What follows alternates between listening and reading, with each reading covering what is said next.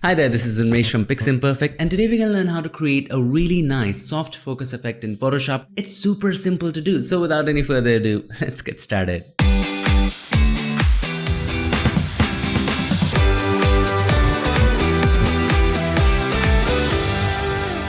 So here we are in Photoshop, and if you want to go ahead and download this photo, check the links in the description. So first of all, let's make a copy of the background layer. How to do that? Press Ctrl or Command J. This makes a copy. Now, convert this into a smart object so that we can change the values later. Okay. To do that, go to Filter, Convert for Smart Filters. Very easy to do, right? Now, go to Filter, and this is the main ingredient of the tutorial. Go to Filter, Blur Gallery, and Field Blur. Now, inside of Field Blur, we do know that it blurs stuff. But one of the most exciting features of it is that it allows you to make several points and control the blur of that particular area. Isn't that interesting? Now have a look at this. So it already comes with a point. So let's move it to the face and decrease the blur all the way to 0 pixels because we want the face to be completely in focus. Now let's add a few points here and there. So here I'm going to go ahead and add a point and increase the blur of this particular area. So let's increase it just a little bit, not too much, according to your taste. Okay. Let's add a point here and increase the blur like that. See what an amazing effect it adds. The face is still sharp. Let's keep it this way. It's looking interesting. Let's make one here. We want this to be a little sharp, not so much blurry. Let's make one over there, and we want this completely blurred. And you can always go ahead and move it around to see how each area would look like. So that is good. I like it. Let's go ahead and add one more point right over there. Let's see. Increase the blur. Okay, that looks interesting. One more point here. Increase the blur. Wow, that's very interesting.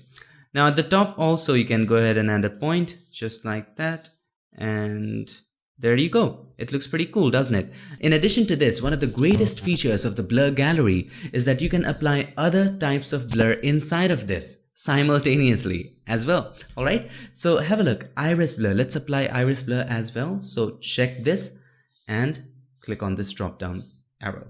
So what it does, it's pretty self-explanatory.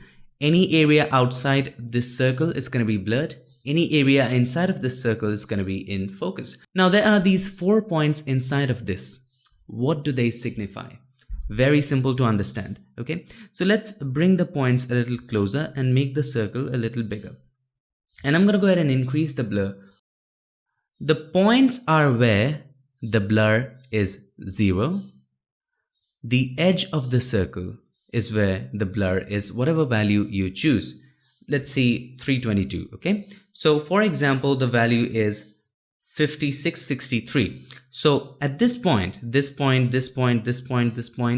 the blur is 0, and anything inside of these points, the blur is 0.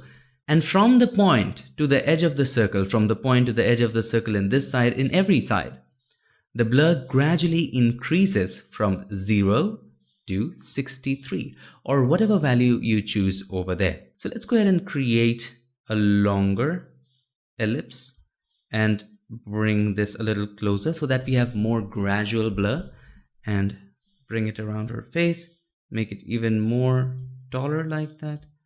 That's interesting. Now let's make it a little bigger and let's decrease the blur. It's so much. Let's increase it just a little bit. Like that. I like that. 25. That's interesting. And once you're satisfied with this, hit OK. And always keep in mind that you can change the values. How do we change the values? Well, it's processing right now. Now, once it processes, it will show up as a smart filter under that layer, as you can see over here. Just double click on the blur gallery and everything is still intact. You can go ahead and change this at any point. Go back to field blur, change the value of this one, and you get the idea. I'm gonna go ahead and click cancel, and that's how you add a soft focus effect. Looks very nice, doesn't it? Have a look. Before, after, before, after. Also what you can do, you can add one more curves adjustment layer and adjust it, stylize it probably. Let's make the darks a little more darker and make the extreme darks the completely blacks a little brighter and give it a faded effect. Isn't that interesting? Have a look. Before, after. Have a look at the complete before and after. Before, after. Now at this point, I think it's very saturated, and there are two ways to tackle that. Number one, change the blend mode of the curves adjustment layer to luminosity. Now luminosity is a blend mode which says to Photoshop that do not affect any color, just affect the luminosity or the brightness. Okay, so have a look. Luminosity, does it look good? Or normal was looking good? Doesn't look good, right? So it's not necessary that every time one technique will work for all of the images. Let's try another one. Create a hue saturation adjustment layer and simply decrease the saturation. Wow, that really helps. If you want to selectively decrease the saturation of this particular area, click on this hand tool and click on this. It will show you that this area falls into the red category, and decrease the saturation of just the reds. So there you go. It's pretty much done. So that's how you apply the soft focus effect in Photoshop. Very simple to do. Make a copy of the background layer, convert that into a smart object, and then simply go to Filter, Blur Gallery and apply anything. Let's apply Field Blur. And inside of Field Blur, you can create separate points. And for example, for the face, you have 0 pixel blur. For this area, you have 15 pixel. For this area, 50. And so on and so forth. You can practice, and you can also apply other types of blur as well. Just experiment. And after that, you can finish it off by applying curves or color lookup tables. It's totally upon you. I hope this video helped you, and if it did, make sure to give us a like, and also don't forget to subscribe, and not just subscribe. Ring the bell so that you, my friend, don't miss a thing. I would like to take this moment to thank all these nice people for supporting this channel on Patreon and making PiXimperfect free for everybody forever. Thank you so much for watching.